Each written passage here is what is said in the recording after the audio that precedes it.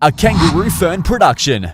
You know, being comfortable with having to learn and put in the effort. And, you know, you can't do that unless you do get out of your comfort zone, because you're not going to stay up till 2:00 in the morning trying to talk to new customers and reading up on how to start a crowdfunding campaign. And, you know, if you stay within your comfort zone, then you're not going to be able to fulfill, because like I said, you know, it's about utilizing different resources, and there are so many things you have to try and do yourself when you're a business on your own, when you're an entrepreneur, when you're trying to, you know, make something yourself. You have to be able to do it all, and the only way you can try and do it all is to get uncomfortable, to accept that you might fail, that you might not know the right things at the right time, and just be, you know, trusting that hopefully you'll get there in the end. The Tribe podcast show is a production of Kangaroo Fern Media Lab, which is all about supporting you to start and build a thriving business. Tribe podcast on Ozpod Syndicate. Maria Baker is a snowboarder turned entrepreneur. After a series of events led her to starting her own business, creating a snow pants for women of all shapes and sizes. She made the brave decision to tackle an idea she has been sitting on since 2017. Head on. Maria began to embark entrepreneurial journey designing women's snow pants with no previous knowledge of fashion, experience, or funding. Maria has successfully designed a snow pants prototype to fit women's of all body shape and size. She is on a mission to empower them to feel comfortable on the slope. Being a tall size 14 snowboarder herself, she found there was a large gap in the market for appropriate fitting snow pants for women, and devised a crowdfunding campaign on Indiegogo and raised initial $10,000 to develop the business idea. Welcome, everybody, to this week's episode. We really appreciate you joining us. This podcast really shows us how we can all learn, live, and thrive off of each other. By sharing our knowledge through our conversations, we will impart some knowledge whilst learning ourselves how to progress even further. Here is your host, Maria Baker. Welcome to the Tribe podcast under Ozpod Syndicate. How are you today? Thanks for having me. All right. Maria, can you tell us about yourself? So I know you've been a snowboarder and you turned entrepreneurs. Yeah. To our audience and listener, can you elaborate? Tell us about yourself. Yeah. So originally I'm actually a graphic designer from, you know, in terms of my career, and I've been doing that for about 12, 13 years now. And I moved to Melbourne in 2015, and after making some friends, they took us snowboarding for the first time in 2017. And absolutely fell in love with the snow. Never had been a winter person before, but absolutely loved it. And it didn't take long for me to really, really fall in love with the sport. The biggest issue I sort of struggled with, though, was clothing, given my my size, even though I'm not, you know, considered overweight or obese or anything like that. And so, as you mentioned, had a bit of an idea, and, you know, last year found myself fulfilling that business idea and kind of flipping the switch and going for it. So you don't have any experience you experience snowboarding, but you don't have any experience on fashion or knowledge on fashion, and also on funding. So when you're doing this business idea, who is your influence on developing this? You're right. I don't have any experience in fashion design or textile design, and that was probably a limiting factor when I first had this idea. When I first originally went, you know, someone needs to make this idea come to life, and it stalled me because I tried to find out how to kind of get into that realm and how to you know, get into that industry, and I struggled. I couldn't really find what I needed, and it wasn't, I guess, until I had the second attempt last year at trying to get into it again, due to COVID giving me a bit more free time than normal. And I kind of met the right people. So a person that I found through LinkedIn was a textile designer who had previously worked in the snow industry and worked for some pretty big international brands. And I kind of put out an olive branch and said, hey, do you want to, come on this potentially failing project that, to create some snowboarding pants? And she went, yeah, okay. So she's my main sort of drive and inspiration, and the person who's been guiding me and helping me to bring this project to life. And it hasn't been without her sort of guidance and experience that I've been able to do this. And I think something that became really apparent really early on is that when you're trying to start a business, yes, you might be a one-man show, but you really need to rely on the knowledge and expertise of as many people as you can get your hands on, as that are willing to help you to take that help.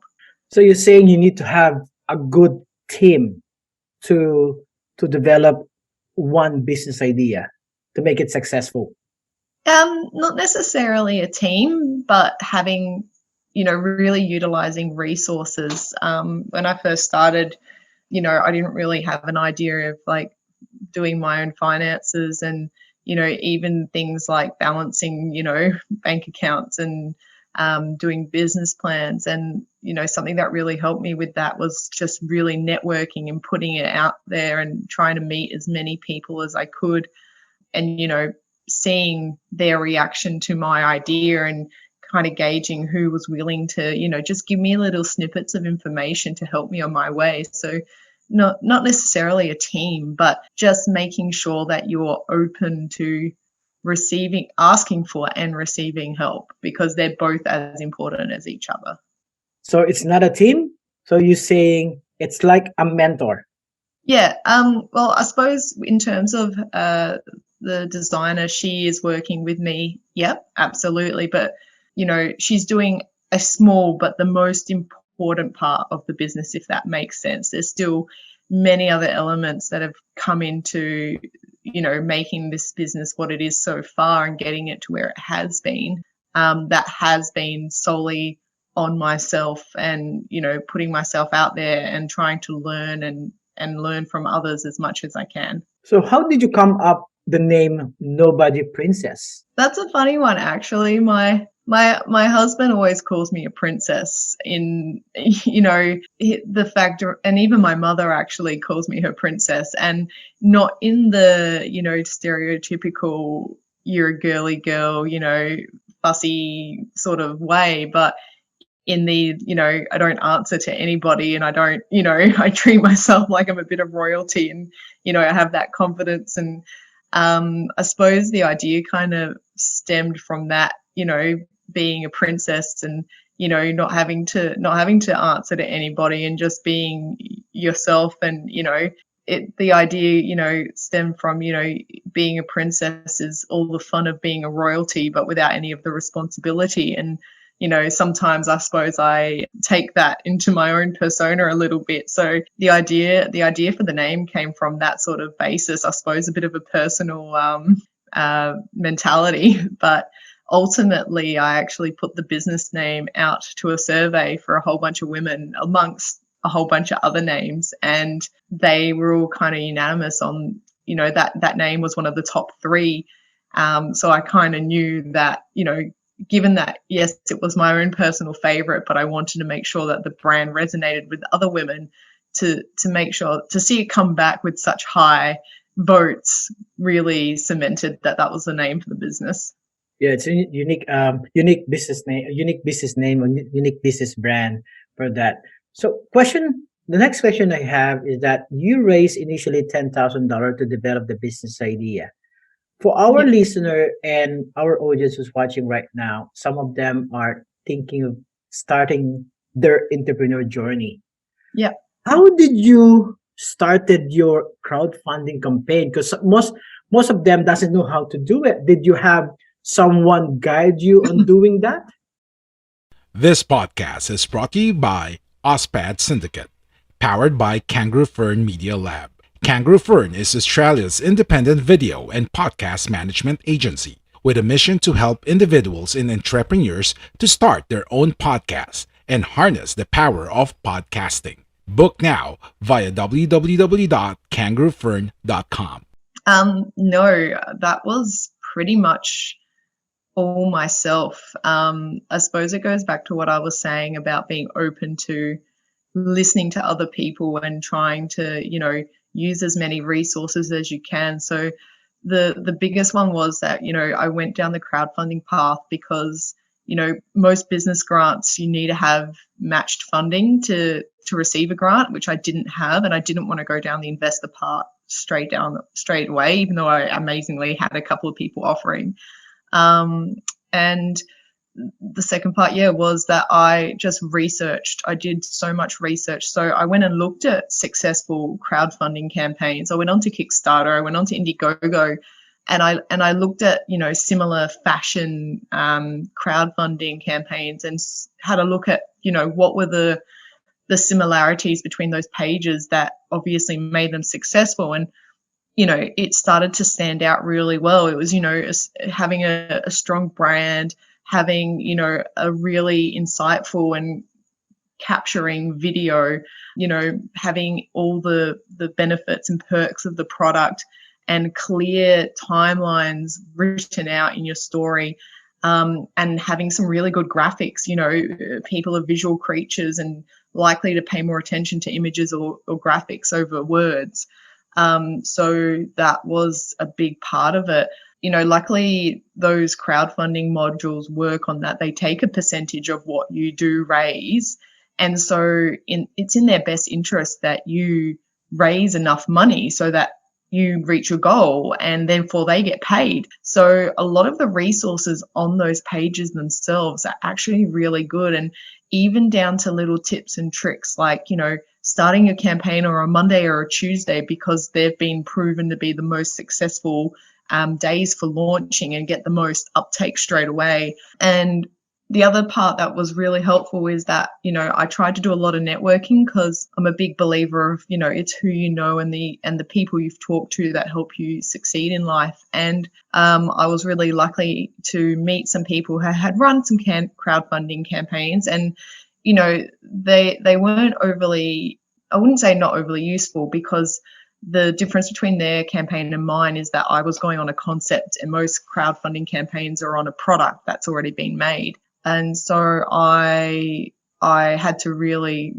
dig deep, but there were still little, nuggets of information from talking to these people just around, the types of audiences and how to word things. And so again, that reaching out and just trying to make use of any resource I could, be it networking, be it online reading, and researching and studying previous crowdfunding campaigns was really important. So you say you need to research everything and know your niche market. Why do you think if you know your customer avatar or your niche market, it will be all right? I definitely think that plays a big part, because trying to launch something in a market where your product might already exist or there might be something similar is really hard. I'm not the first person to make snow pants, and I'm not the first person to make women's snow pants, and I'm not the first person to make plus size snow pants either, but I could identify that those things were still not quite right. And I went around that by, doing a survey to kind of, factualize my thoughts.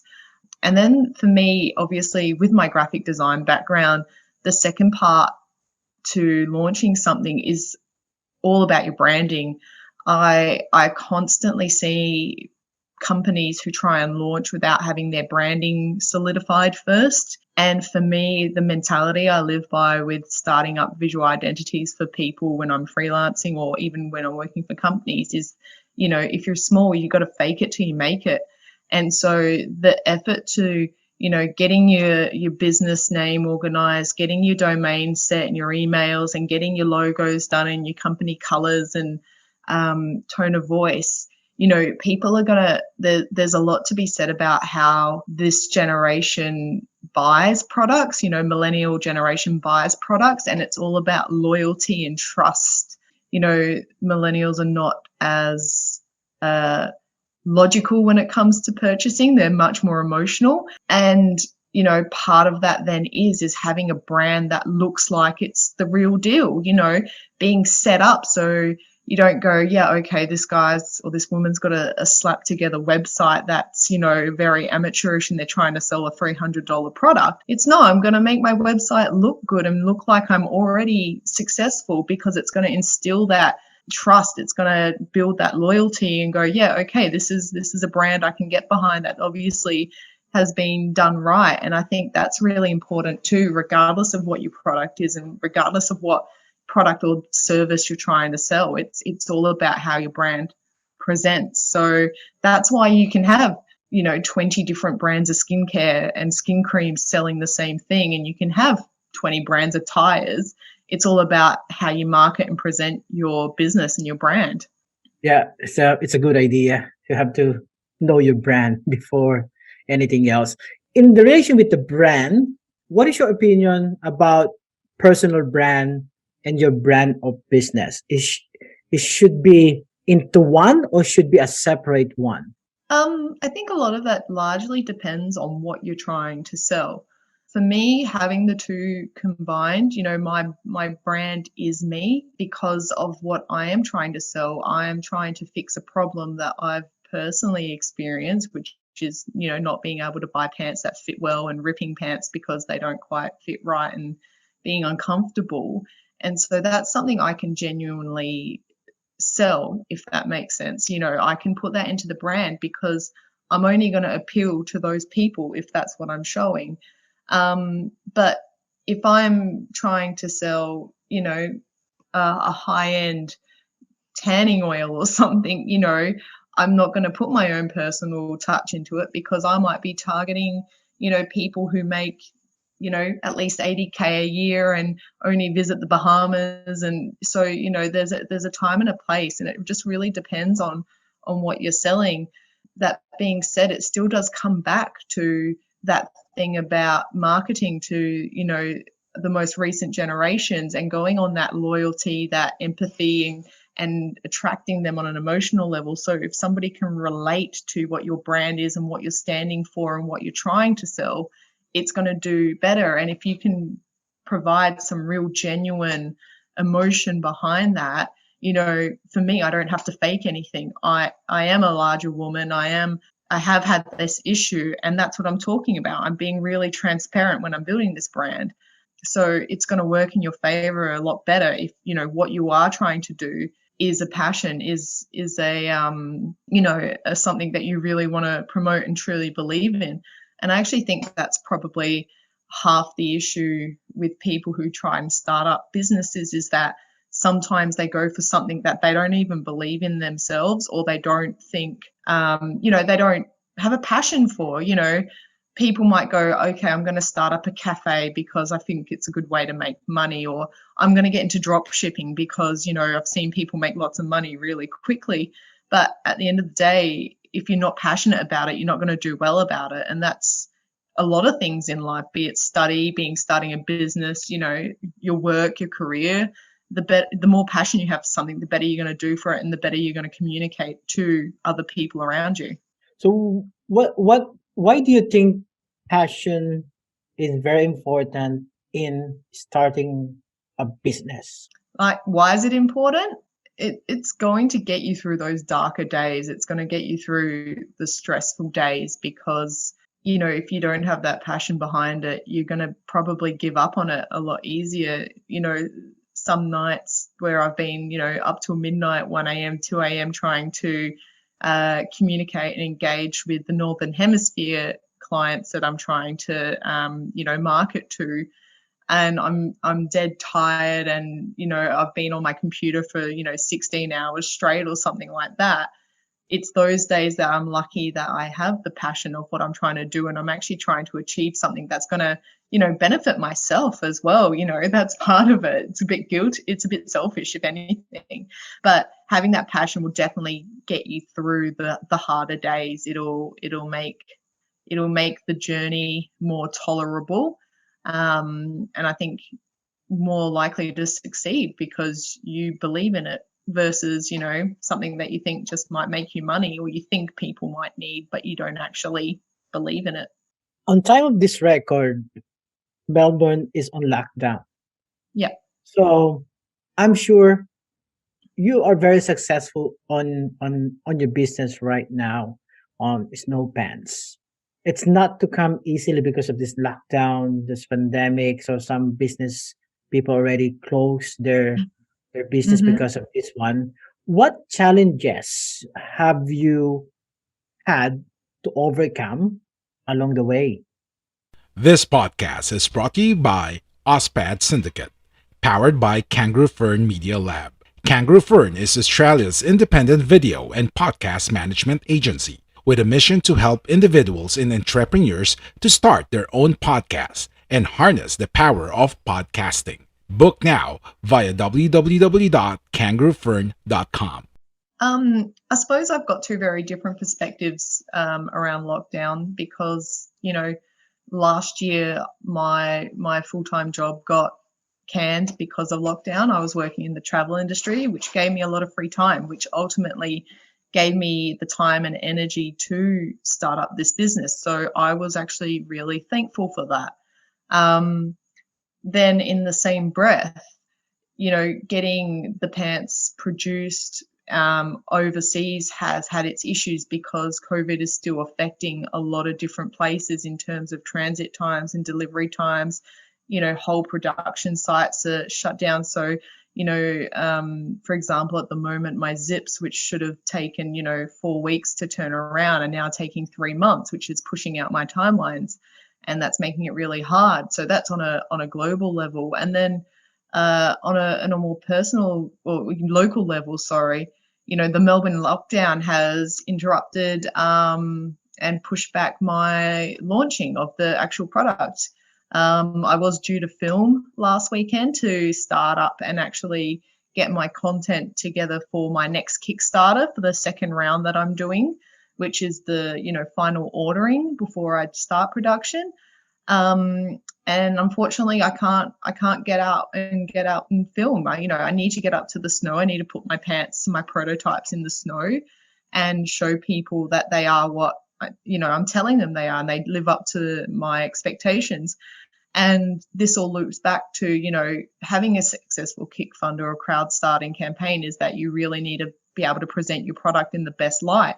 And so for me, there is no other alternative. I don't feel that filming in a studio is adequate. I don't feel like that's going to be putting my product in the best light, and I'm not going to be able to convey to my potential customers, the true potential of the product. So now having a lockdown again for something so short, it's going to have a ripple effect because I'm not going to be able to film for about 3-4 weeks now. So I'm not going to be able to launch my Kickstarter for like nearly a month behind, which is then going to push back my production date because I need the Kickstarter to confirm orders. So, just one small thing like a 2-3 week lockdown in Melbourne has actually had a huge ripple effect and created a big challenge for me in terms of my timelines and what I was, hoping to achieve by now. How to keep a positive mindset when things go wrong? How do you do it?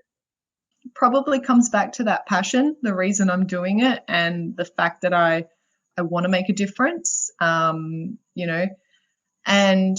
I think being able to look back and see how far I've come in the last 9 months has been a big game changer for me in how I think, because I think I would hate myself if I was to just throw it all away now. I've gotten so close, and there are some trivial things like I would have to refund people money if I wasn't going to proceed, but that's not really important. It's doable, but I would feel sad for having put in so much effort for such a passionate cause. That's probably what keeps me going. And there are other trivial things as well that I can focus on that, okay, if I get severely delayed, I will miss, say, the Southern Hemisphere snow season. But then, I've got to pivot and I can go, right, well, maybe I just need to concentrate on the Northern Hemisphere snow season at the end of this year.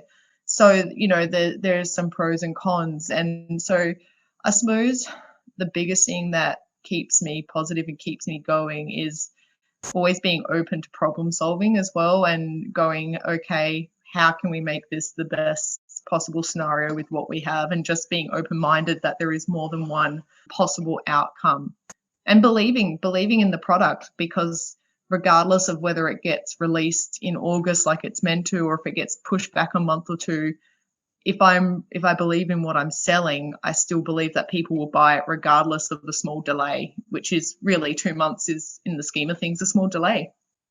So you have to believe on your product to make it successful. So Yeah. do you think you need to out of your comfort zone so that you can deliver this to the market? We are Independent Podcast Network. We are Guerrilla Podcast Syndicate. Would you like to hear your brand while supporting quality podcasts? Contact us now at advertise@guerrillapodcastsyndicate.com. 100% you do. Because when you're starting a business on your own, yes, I've had a fashion designer help me with the design of the pants and organizing that part of it. And yes, I've had some help with PR and marketing to try and just get me going. I've had to learn so many skills that I just didn't even have before.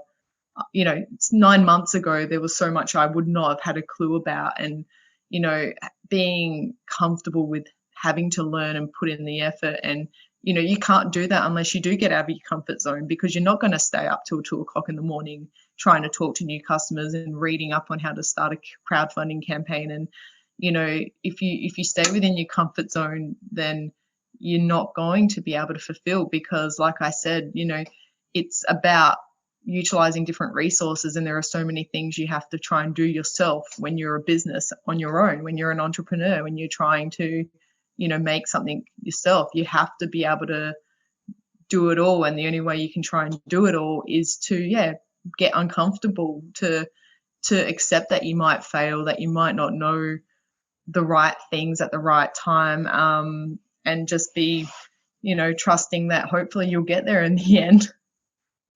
So on this entrepreneurial journey, who are the three people you have been most influential to you? I suppose maybe not specific people, but maybe specific resources is better. Listening to the How I Built This podcast really got my mind ticking. Listening to the stories of the woman who invented Spanx, and even Jake Burton, who invented the first snowboard, and all these other small businesses that are now global companies, and just seeing how they had small, humble beginnings has been really inspiring. The second one is probably, I can't again pinpoint a person, but networking and attending things like Lunch Club, which is an online networking thing around the world, and meeting the people there who I suppose cheered me on when I shared my idea, really helped me with my confidence in getting it done. And, it's been great to be able to lean, because they've all contributed their own little parts. So, I met one guy who was fantastic and helped me do a bit of business planning, and I met another guy who had done a successful crowdfunding. Met another guy who had done some snow equipment before, and and I feel like I got really lucky. So that's been great. And I suppose the other person, it's probably a hard tie between my partner, who's been supportive when I don't come to bed till 3:00 in the morning and puts up with me, talking about the business 24/7, and actually the fashion designer I'm working with, because she has guided me and helped me and taught me so much, and shared her industry knowledge, because she has not only been a fashion designer and been in that industry, but she's also been around the snow industry for a long time and worked up in the snow, and has a great community and repertoire in the snow industry and community in Australia. So for her to share that with me, because that's been really influential. That she has instilled a lot more confidence in me than I probably had, because she thankfully sort of saw what I was trying to do and backed me on it. So she has been hugely influential to me. I probably wouldn't have done it if I hadn't found her, to be honest. So yeah, they're my three things, my 3 points of influence. Do you have any final advice or anything else you want to share to our listener and audience who may be considering starting up a business on their own? Yeah, absolutely. Network as much as you can, because you never know where you're going to find just little snippets of information that'll help you. And really research. The internet is a weird and wonderful place, but there is so much out there. And even places like Reddit have some really good experience, because it's real life people. It's not just people writing blogs to try and get clicks through their website, but it's actual real life experience. So I think that's a really good resource for people to use. And thirdly, goes back to passion. Just make sure that if you're going to do something, be passionate about it, believe in what you're doing, be it a service or a product, because it's going to be a million times easier to support something that you truly believe in than not. Thank you for that. How can our listener and audience connect with you online? Yep. So you can go have a look at my website, which is nobodiesprincess.com.au. Now that I've talked big game about having a good website, you can go check it out and see if it's good enough for you. And I'm also on Instagram and Facebook at Nobody's Princess Apparel. All right. Thank you so much, Maria. To our listener and audience, so all the link on the website, it will be on our show notes, so on the description. So please check the website of Maria, so nobodiesprincess.com.au, and also connect with her on Instagram and Facebook as well at Nobody's Princess Apparel. All right. Thank you so much, Maria. And thank you for your time. It's been great to chat. Thank you. This is another episode of Thrive Podcast under Ospod Syndicate, and see you next week. Thank you for listening and watching. Make sure to visit our website at australiapodcastsyndicate.com. Be sure to subscribe so you'll be notified when a new episode is posted in Apple Podcasts, Google Podcasts, Spotify, YouTube, or Facebook. If you found value in this show, rate and review this podcast and share it with your friends. You can also join the conversation with Ospod Syndicate on Facebook, Twitter, and Instagram. I love to chat with you over on Instagram. Follow me at The Side Strip and join us today on Facebook. Search Rebounds Australia, where can entrepreneurs figure out how to turn their dreams into reality. Be a member supporter and get a bonus content at australiapodcastsyndicate.com/support us. Are you ready to finally start your own podcast? Or maybe you already have one but need a podcast manager to help you level up? Book now at kangaroofirm.com.